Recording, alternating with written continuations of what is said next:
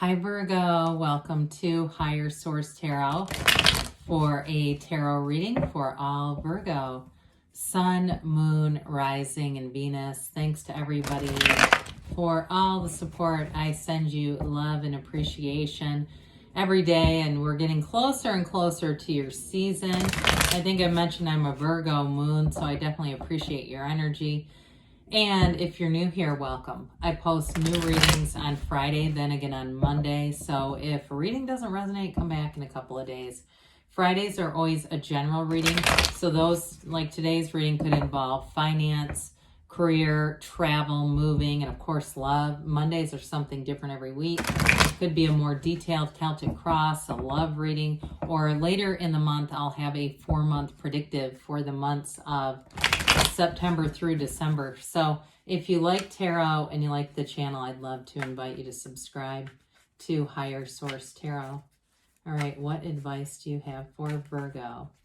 Sun, Moon, Rising, and Venus. What does Virgo need to know, please, for the best and highest good of all concerned with a Virgo? Messages for Virgo, please. Okay. Oh, man. There we go. All right, we'll start here with the tarot, and then we'll have the angel answers, oracle cards. You have here the King of Wands, the Ace of Cups, the Five of Cups, the Nine of Swords, the Nine of Pentacles,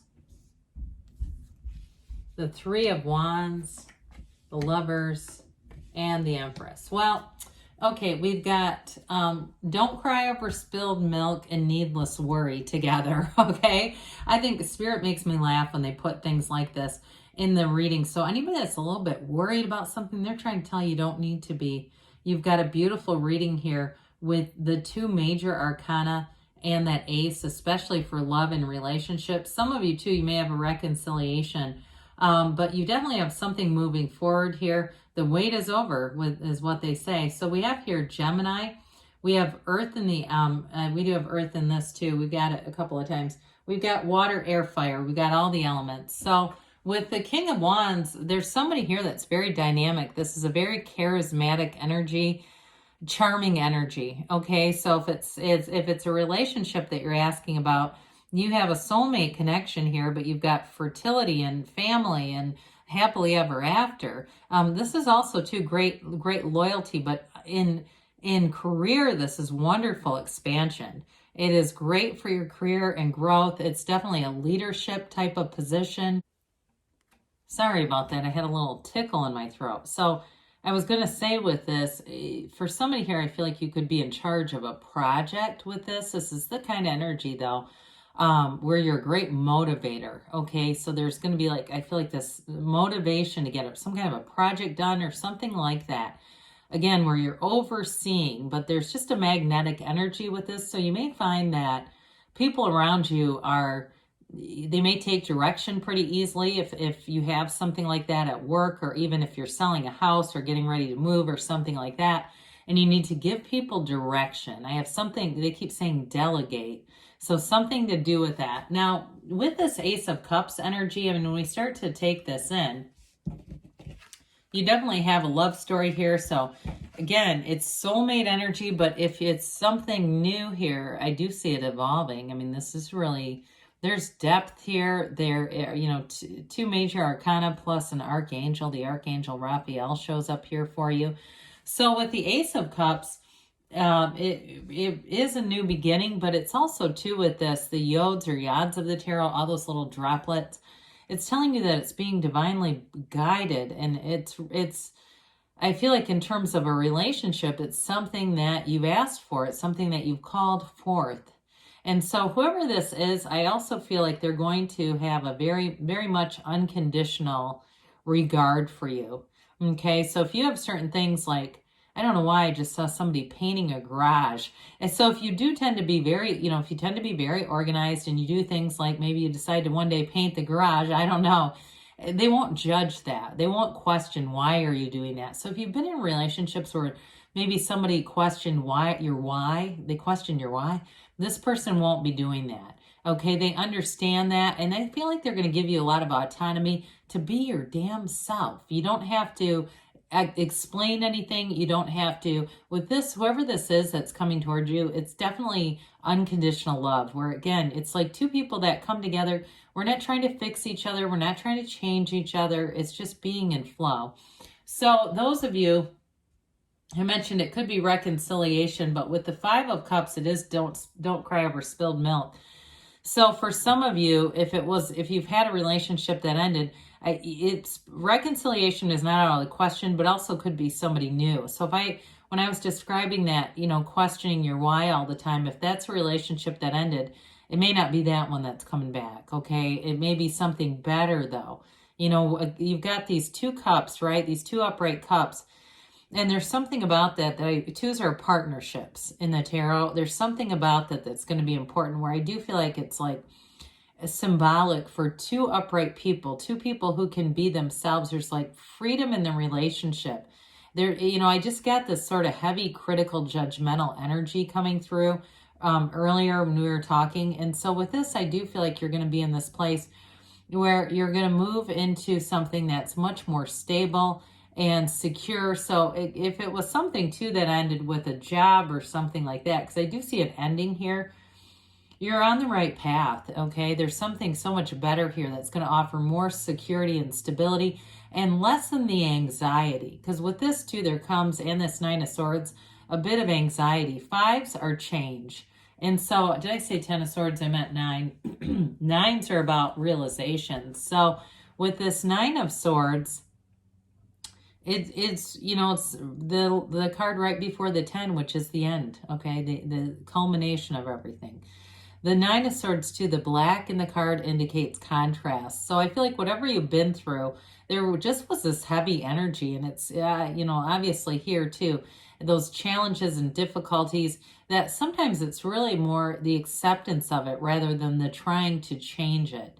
Acknowledging it for what it is, allowing it to be that way, and moving on to something better. Pardon me on that. My neighbor just started mowing their lawn. I don't know if you can hear that, but it's already starting to come in, you can tell. All right, so we have 2 9s in a row. So again, those of you that it was a job ending, you're going to come into something better here. This too, though, I get in terms of housing. So if you've had something challenging with the Five of Cups, Nine of Swords with housing, like the letter that tells you your rent is being increased in the next 30 days and you have nothing you can do about it, those kinds of things. I do feel like you're going to end up getting something better here. But with the Nine of Pentacles too, those of you that are single, part of this in terms of attracting somebody new is having fun in the meantime. It's being out there, being connected with different groups, meeting new people. And she waits for no one. She wonders about nothing, okay? She is in this opulent garden. It's a card of abundance. It's the luxury card. So for some of you too, with work situations, with that King of Wands, if you did have an ending to a job with the King of Wands, Nine of Pentacles, you have something better that's going to bring in more money. And I also feel like more opportunities. I also get like the opportunity to teach something like a class or something with the Nine of Wands, or King of Wands, pardon me, on that. And it brings in money, but it may be a side thing. So you may have an opportunity to do some kind of teaching or training, but it'll be up to you if you feel like doing it or not. However, I do feel like it's going to be lucrative. So with the Three of Wands here, this is that card of waiting but knowing, okay? So we talk about the Two of Wands as taking the action, seeing the vision, taking the action. The Three is a bit of that, you know it's coming. Threes are about multiplication, expansion, and growth. And so with this Three of Wands, you're going to continue to take action with the King as well. So those of you too that I mentioned, there was a project. I do feel like you have a vision for how to execute this. If it's a move or something like that, you may find that you're very methodical with it and it gets the job done in an organized, orderly fashion. Those of you too that it's a relationship and you say you've been waiting for a while, well, the ships are coming in with this one. This is an acknowledgement that the wait is over and things are moving forward. And so with the Lovers being here, the Lovers is the number 6. So this is beauty and harmony and reciprocity. But the card of the Lovers is also about a choice. And so I do feel like it's a return to love. It's letting your guard down, because whatever happened with the 5 of Cups, 9 of Swords, that can leave you a bit guarded. And so with the Lover's energy, there's complete freedom here, okay? Adam and Eve stand completely unclothed because they don't have anything to hide. They have complete trust in one another, and there's a connection here that's on a soul level. And our souls don't, a soul doesn't hurt another soul. It's the mind that does that. And so with the Lovers, I do feel like you've overcome something here, overcoming any kind of obstacles, whether it's love or money. Because even in a job or in a career, this is an energy that indicates that you are on the right path and it's a fit. This is heaven sent. Okay, it's kind of one of those things that can be answers to a prayer. But with the Lovers, it's definitely in terms of a relationship, something that changes your life. So that heaviness, that insecurity I felt earlier, I don't feel it here. With the Empress and the Lovers, it's so great together. The Empress is ruled by Venus, so she's ruled by love. And so when the Empress and the Lovers show up, you know that your life is going to have expansion, but especially love. And so with the Empress too, I mentioned you've got that energy of magnetism with the King of Wands. With the Empress, it brings in real love, but also creativity. So you're going to have great ideas here. So again, anybody that you're in charge or assigned to a project and you have to delegate to other people with the Empress. So I do feel like you have that creativity so that you'll do it in a way that it keeps people enthused and energized and wanting to get things done. She is the mother of the tarot too, so it's also a card of fertility. And you have that as well with the Lovers. Both of these represent fertility. So if you had some woes up here with that 5 of Cups, 9 of Swords related to that, there's going to be not only abundance, but there's fertility for somebody here. So let's see here, Virgo, what the angels have to say for you. Messages for Virgo, please. Sun, Moon, Rising, and Venus. What does Virgo need to know, please? Advice for Virgo, please. Trying to get those middle cards. It can be the same cards over and over again. Look for a sign. So those signs and synchronicities are always around you, whether it's numbers or songs or dates of birth, all that kind of stuff. It's the universe communicating. Let go. So let it go and let it flow. Let the universe be your guide. And you've got remain positive. So I do feel like that's fitting in this reading. We have here in the near future. And you've got don't stop. You're on the right path, Virgo. I love you, and I'll be back again soon.